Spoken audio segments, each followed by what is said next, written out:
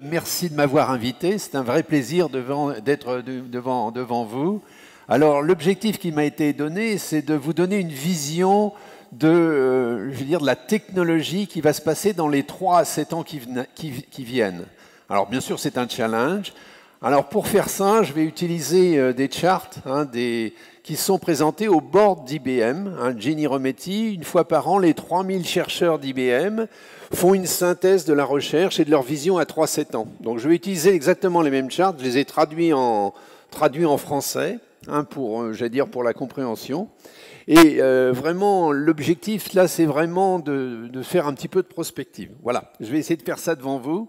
Alors, pour ce faire, avant de parler vraiment de la vision à 3-7 ans, je vais revenir un petit peu en arrière et voir ce qui se passe aujourd'hui, mais très rapidement, et vous parler de Watson. Est-ce qu'il y a des gens qui connaissent Watson? Levez la main là dans l'audience.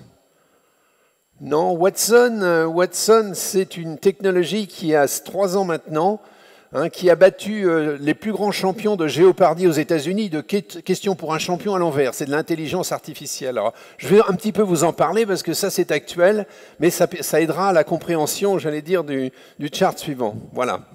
Alors, on rentre, premier message, retenez ça, on rentre dans une nouvelle ère informatique.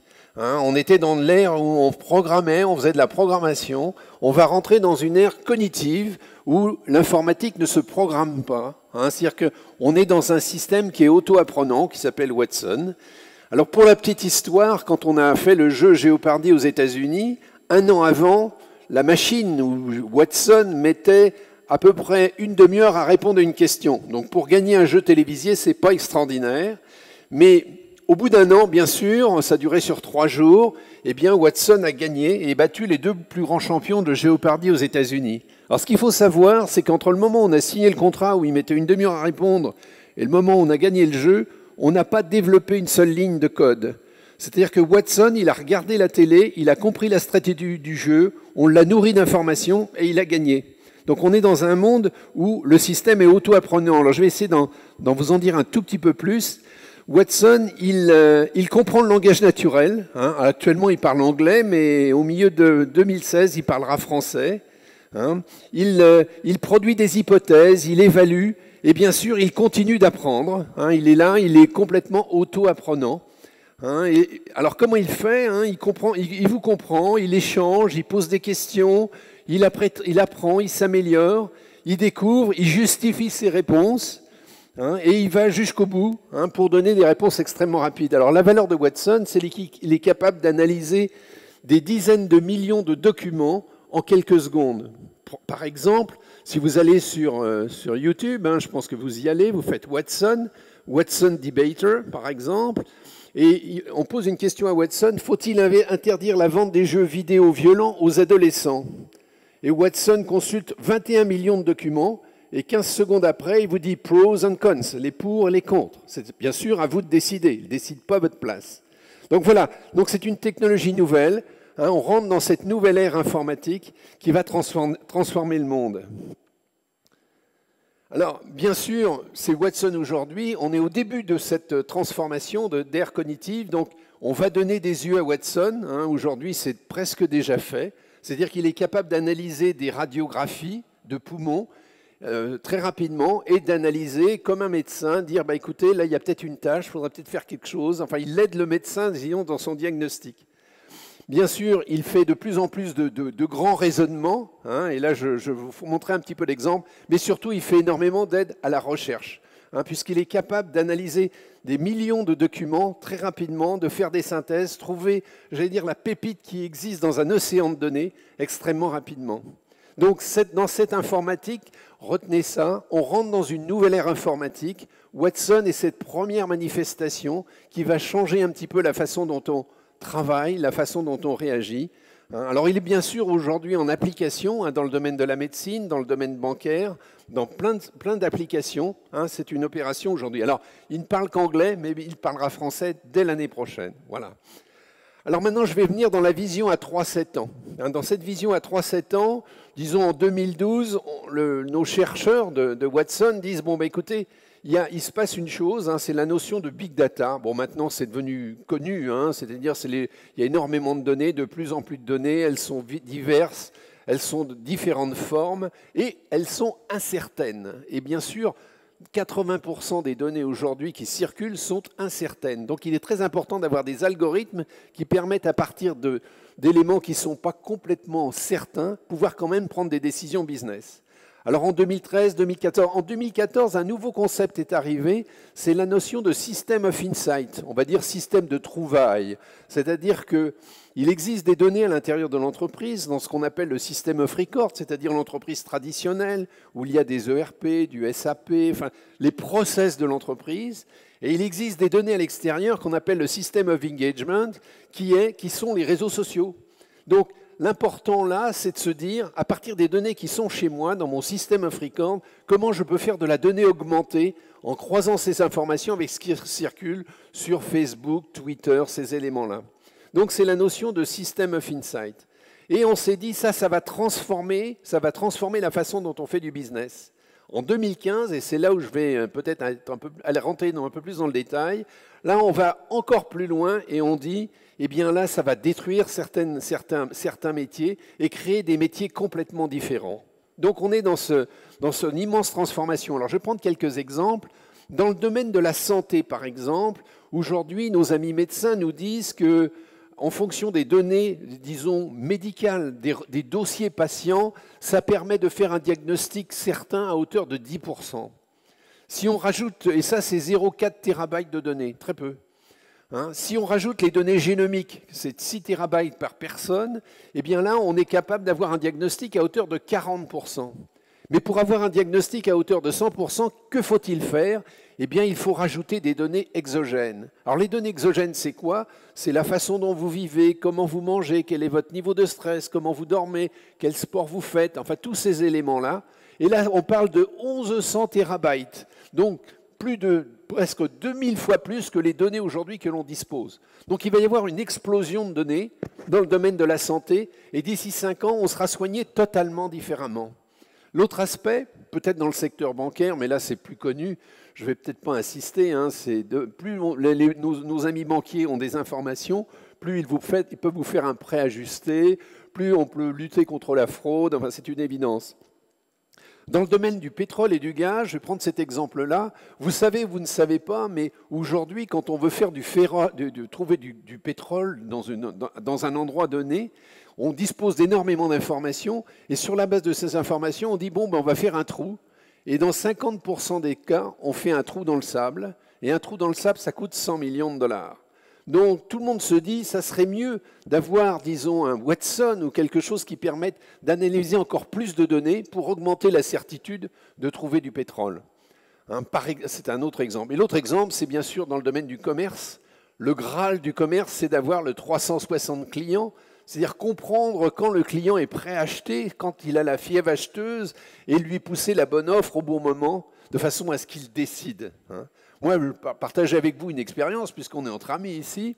Hein, moi, j'ai une fille en Angleterre. Elle m'avait envoyé un certain nombre de mails, de tweets, en disant qu'elle souhaitait avoir un appareil photo d'un certain type, un Canon 50D, quelque chose comme ça. J'arrive aux États-Unis chez B&H, hein, qui est le supermarché de la photo, où je suis un bon client. Et je rentre dans le magasin et je reçois un SMS me disant que sur l'appareil photo 50D, j'ai une offre que je ne peux pas refuser puisque le prix était très inférieur en dollars, en euros, hein, par exemple. J'avais une garantie internationale, donc qu'est-ce que j'ai fait? J'ai acheté. Donc, un élément important, là, ils ont associé des données clients que j'avais chez eux avec des données d'échange qui s'est passé sur les réseaux sociaux. Et ça, c'est le monde de demain, hein, qui va nous aider, j'allais dire, ou peut-être nous agresser, hein, pour faire des achats au bon moment. Donc voilà un petit peu. Donc la donnée aujourd'hui, considérez, si vous retenez une chose, retenez que la donnée aujourd'hui, c'est le nouveau pétrole de l'entreprise. C'est la nouvelle ressource naturelle, et c'est ça qu'il faut exploiter. Il faut l'exploiter en cloud, il faut l'exploiter en temps réel. Et ça, retenez cet élément-là. Alors, que se passe-t-il dans les 3 à 7 ans qui viennent? Clairement, trois phénomènes. Premier phénomène, c'est la notion de gravité, la notion de poids. La donnée va être tellement grosse, elle va être trop coûteuse à déplacer, elle va être peut-être trop difficile, j'allais dire, à passer dans les tuyaux parce qu'elle sera trop volumineuse. Et dernier point, peut-être que légalement, il sera impossible de faire circuler la donnée. Aujourd'hui, si vous êtes en Allemagne, par exemple, toutes les données personnelles n'ont pas le droit de sortir de l'Allemagne, par exemple. Donc première notion, la notion de gravité.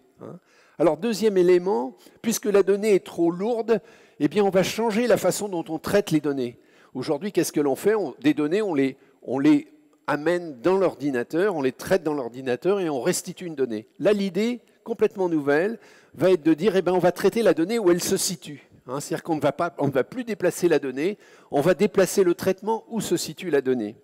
Et le dernier point, de ce fait-là, va se créer une nouvelle informatique, alors que je n'ai pas traduit, qui s'appelle Data at the Edge, et je le détaillerai un petit peu plus en avant.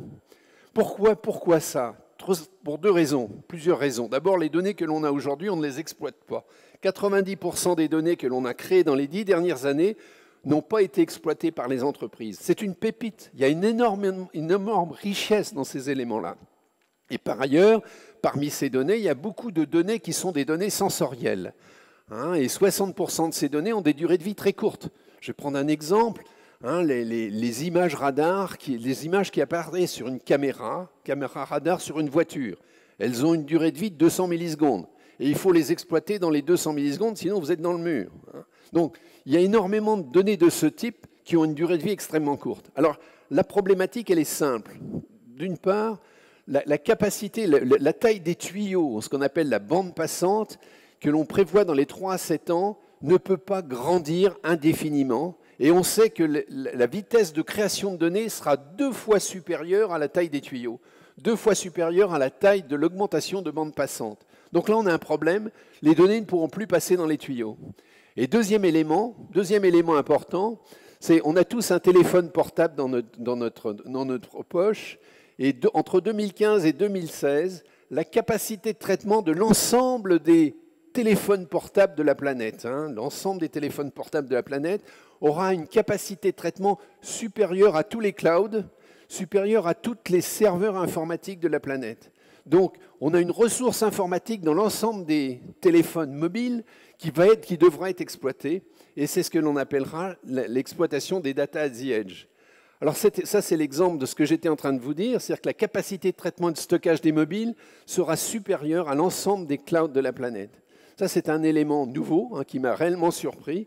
Vous voyez, 2015-2016, les courbes se croisent. Alors, ça veut dire quoi? Ça veut dire que traditionnellement, quand on parle d'informatique, on parlait des mainframes, des ordinateurs IBM, on en fait toujours, on en vend toujours plus et toujours plus. Ensuite, on a parlé du cloud, et bien sûr, va se créer une nouvelle plateforme. Alors, s'il y a des jeunes dans la salle qui veulent devenir milliardaires, c'est là-dessus qu'il faut être. Il faut être sur le data at the edge. Là, il va y avoir une explosion de start-up et des possibilités de devenir milliardaire. Donc, n'hésitez pas, si vous avez des tuyaux, passez me voir à la fin, je vous expliquerai. Voilà. Data at the edge, c'est l'élément. Alors, je vais prendre un certain nombre d'exemples. Premier exemple, pour matérialiser ça, quand vous êtes sur un chantier, pour assurer la sécurité à bord d'un chantier, eh bien, les ouvriers ont ce qu'on appelle des wearables, des vêtements qui sont connectés, ils ont des montres qui sont connectées, ils ont des casques qui sont connectés, et le chef de chantier, sur son téléphone mobile, peut avoir toutes les informations pour gérer la sécurité du chantier. Et quand ils sont dans une position, soit leur cœur bat trop vite, ou il y a un certain nombre d'informations de ce type, eh bien, on peut mettre l'ouvrier au repos, pour toute la sécurité du chantier.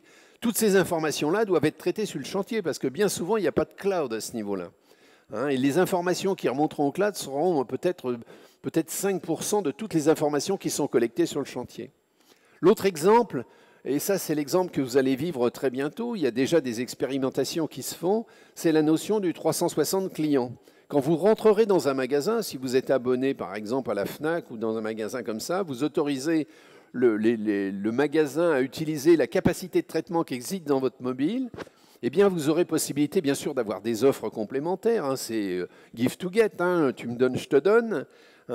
Vous aurez possibilité d'avoir des offres, mais ce qu'ils vont faire, ils vont analyser votre parcours dans le magasin, comprendre où vous vous arrêtez, quel objet vous manipulez, peut-être détecter sur votre visage un sourire, quelque chose qui va faire percevoir que c'est le moment où vous avez envie d'acheter. Et c'est à ce moment-là qu'on vous enverra le SMS qui va bien avec l'offre qui va bien. Donc cette notion de 360 clients sera utilisée à partir de votre téléphone mobile. Voilà un petit peu. Puis bien sûr, l'autre aspect, hein, c'est quand vous êtes sur un lieu particulier où il se passe quelque chose, eh bien sûr, vous pourrez filmer et revendre ces données ou ces informations, j'allais dire, au plus offrant. Alors le point que je voudrais évoquer, c'est la notion une nouvelle notion, c'est la notion de Brain Inspire, des systèmes qui sont neuromorphiques. Hein, alors je ne sais pas comment le traduire, je dirais neuromorphique, c'est-à-dire qui fonctionnent exactement comme un cerveau.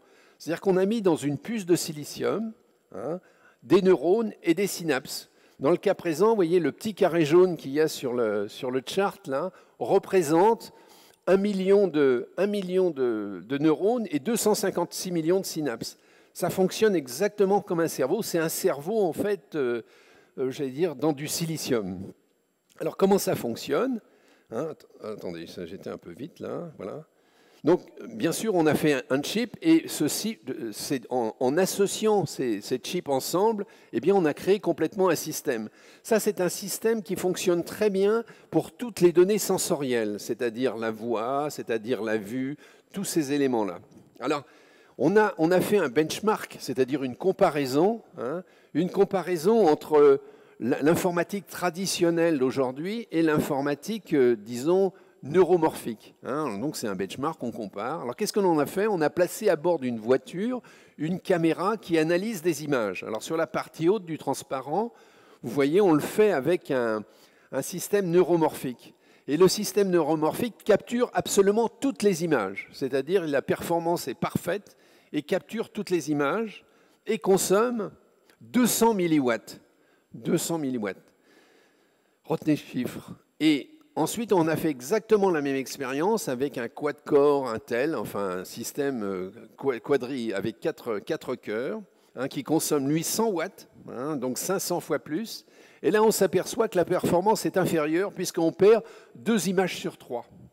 Ça veut dire qu'avec ce type de technologie qui fonctionne comme un cerveau, et on est au tout début là, eh bien, on peut avoir beaucoup plus de performance que l'informatique actuelle, traditionnelle pour les données sensorielles, et qu'en plus, elle consomme 500 fois moins d'énergie. Donc, 500 fois moins, ça veut dire quoi en termes d'application? En termes d'application, c'est-à-dire qu'à bord des voitures connectées ou des voitures autonomes, eh bien, on aura ce type de technologie parce que ça consomme très peu. Et l'avantage aussi, c'est que c'est plus performant, hein, comme je vous l'ai indiqué. Mais aussi, pour vous, dans la vie de tous les jours, du fait que ça consomme très peu, on aura une petite puce neuromorphique dans notre téléphone mobile qui ne s'éteindra jamais. C'est-à-dire que votre téléphone mobile vous suivra, ça sera le coach de votre vie. Hein. Il pourra mesurer votre niveau de stress, comment vous vivez, quels sont les battements de votre cœur, enfin tout l'environnement exogène que je citais, hein, sera à part de votre téléphone mobile. Et vous pourrez dialoguer avec lui parce qu'il comprend très bien la voix, donc vous pourrez lui passer des ordres et au milieu d'une foule, eh bien, il reconnaîtra votre voix et répondra à vous uniquement. Donc, clairement, bon, ce type de technologie va venir bon.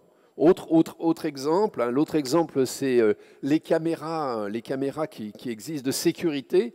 Hein, ces caméras de sécurité produisent des masses et des tonnes de données qu'on ne peut pas utiliser aujourd'hui à cause de la bande passante, à cause de plein de problèmes. Bien, là, on est plutôt, quand il y a eu un acte criminel ou une problématique, on analyse ce qui s'est passé. Avec ce type de technologie, on sera dans le mode proactif, c'est-à-dire qu'on pourra agir avant que le problème se pose, hein, du fait de la performance et de la performance de l'élément. Alors, ce type de technologie, bon, ce matin, ça a été un petit peu évoqué, hein, lors de la présentation. Bien sûr, cette intelligence de Watson, on la met. Alors, elle aide les enfants autistes aujourd'hui à dialoguer, hein, de façon différente. Et j'avoue que ce sont des choses qui me touchent particulièrement. Hein, on les met pour les enfants aussi, hein, c'est-à-dire que pour permettre aux enfants d'apprendre un langage. Hein, donc, ça deviendra monnaie courante d'avoir des peluches ou des jouets qui sont, j'allais dire, animés par ce type d'intelligence. Ça existe aujourd'hui, d'ailleurs, dans le petit robot Nao qui est exposé ici, toute l'intelligence du petit robot Nao, elle est faite avec l'environnement Watson. Voilà. Donc, mais ça a été évoqué, donc je ne vais pas m'attarder sur ce sujet. Ça, je pense que ça sera évoqué dans la présentation d'après.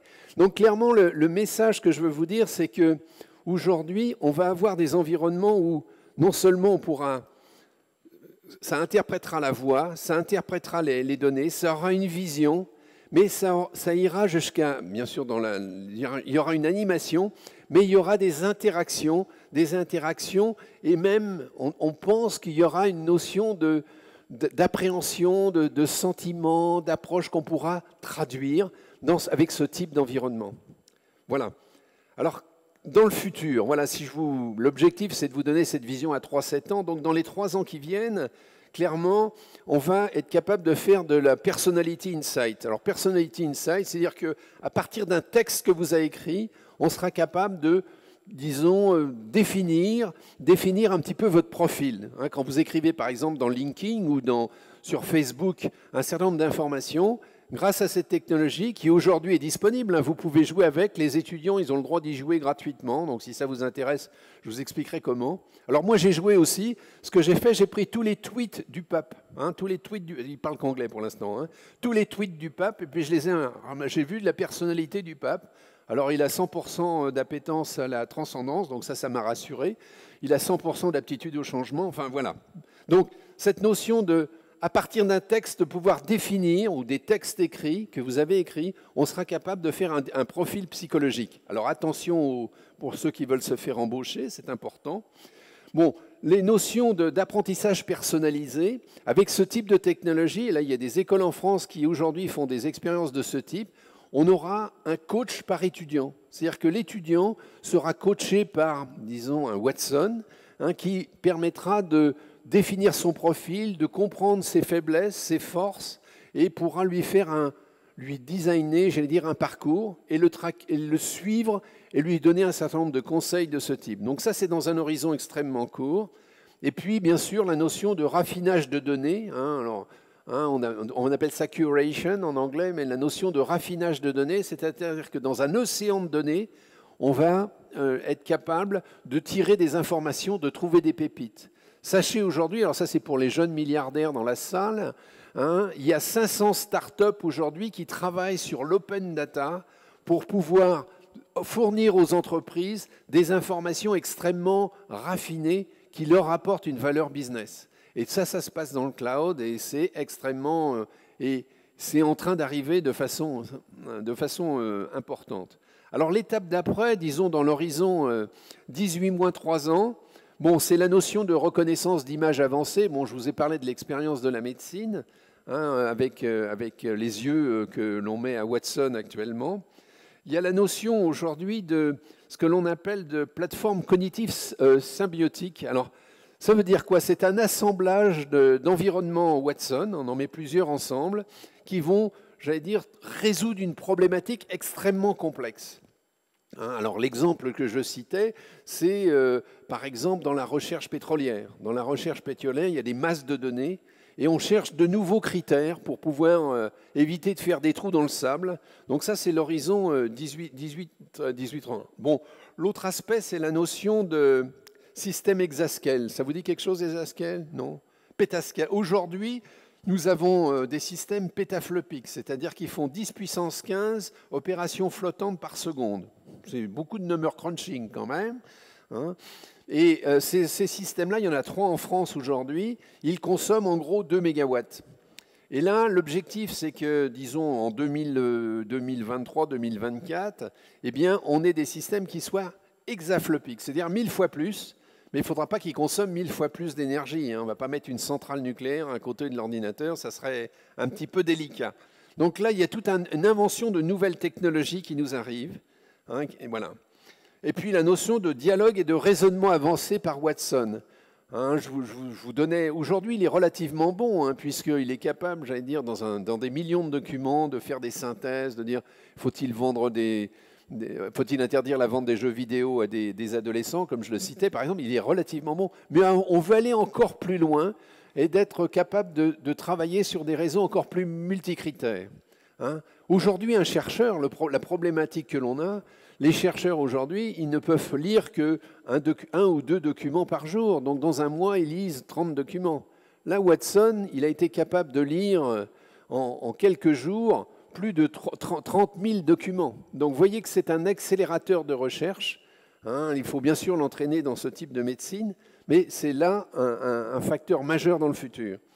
Alors, à horizon 3-10 ans, donc là c'est la notion d'informatique neuromorphique, celle que je vous ai citée, avec la technologie, les petites puces là qui ressemblent à un cerveau. C'est réellement un cerveau. Hein. Il y a des neurones et des synapses, on les programme exactement comme, j'allais dire, notre cerveau s'autoprogramme, je dirais.